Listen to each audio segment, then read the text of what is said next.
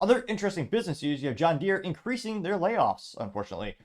Now, this comes to us thanks to Des Moines Register, or for the folks who aren't from Iowa or don't know what Iowa is, it's not pronounced Des Moines. That's what some people call it. But if you're from Iowa, you know it's Des Moines. Nevertheless, this is by Diana Eller, who's a worker over at the Des Moines Register. It's like, quote, John Deere cut 67 workers from his Johnson financial operation, which is not great news for the company, to say the least. Hopefully they're able to find some gainful employment at a competitor or somewhere else. But I say, quote, Deere & Co. cuts this week in Iowa climbed to 170 workers in Johnsonville, Dubuque, and Waterloo after the Illinois manufacturer of the iconic tractors and combines announced it's trimming the salaried workforce. The Des Moines agricultural giant notified Iowa Workforce Department Thursday it's cutting 67 employees at John Deere Financial in Johnson. On Wednesday, Deere told the state it's cutting 34 employees in Dubuque and 69 in Waterloo. The cuts were effective Wednesday. Deere, which hasn't disclosed how many workers would be shed this week, blamed the agricultural downturn for the cuts, pointing to the projections that larger farm equipment sales this year are expected to fall, 20 to 25% below a year prior. That's astronomical. That's terribly bad. Imagine a quarter of your sales just evaporating, which, I mean, many industries are facing that this year. This is one of the worst years for most businesses. I mean, again, unprecedented levels of economic and political uncertainty, record high inflation. There's a lot of businesses that are either cutting staff, or just cutting staff, cutting spending, or just doing basically nothing, just trying to remain the status quo, just to try to stay afloat. Now, John Deere said, quote, as the largest global manufacturer of agricultural equipment, well, they say, like many other industries, faces increased economic challenges, rising operation and manufacturing cost, and reduced consumer demand. They say that the economic challenges, quote, have unfortunately forced us to make tough decisions, including layoffs at John Deere production facilities and reductions in our global salaried workforce. Prior to this week's cut, Deere had slashed about 1,830 production workers in Anki, Dubuque, Ottawa, Urbandale, Waterloo, and Quad Cities, Davenport, as well as East Moline, Illinois plant, as well as the Urbandale Research Center, which they also say that Deere says it employs about 22,600 salaried and production workers in Iowa and the Quad Cities at the start of the year. Deere says providing up to 12 months of severance pay to the laid off workers, which, geez, that is pretty good. I know a lot of friends have been laid off throughout the years.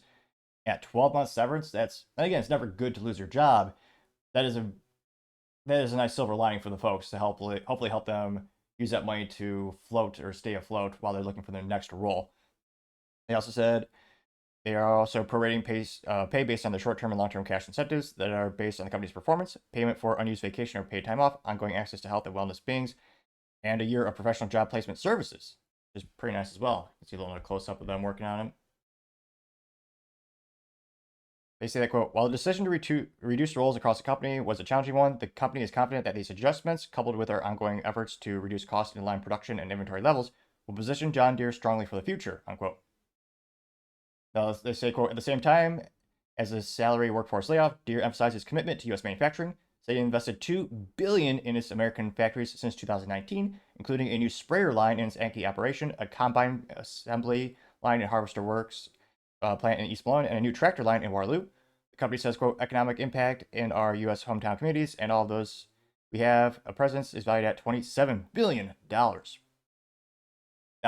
it also doesn't help them in terms of, the actual optics of the situation, because a couple weeks ago they moved about 600 or 700 jobs from the U.S. to Mexico, which, again, is partially because of the politics of the U.S. versus the politics of Mexico, where the U.S. has a lot of regulation, a lot of overhead costs, a lot of lawsuits, and a myriad of reasons why they're pushing a lot of businesses to manufacture outside of the United States. Now, things are bad when they're cutting from the finance division of the company. Historically speaking, that's where not like it's printing money, but it's almost as close as you can get to do that without being the Federal Reserve. And it's one of those things where that's usually the last part they cut, because that's pure. The profit margin on financing is traditionally extremely high. There's just so little demand this year for these massive, and again, these pieces of equipment, we're not talking about when you go to the Home Depot, or if you're with your spouse and you go to like Lowe's, you're not talking about like those little riding mowers that are, those are what, 800 to 900 bucks maybe?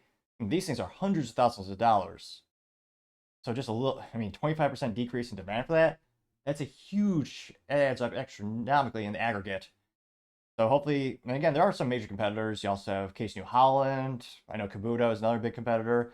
Kinsey or Kinsey Manufacturing in Iowa as well.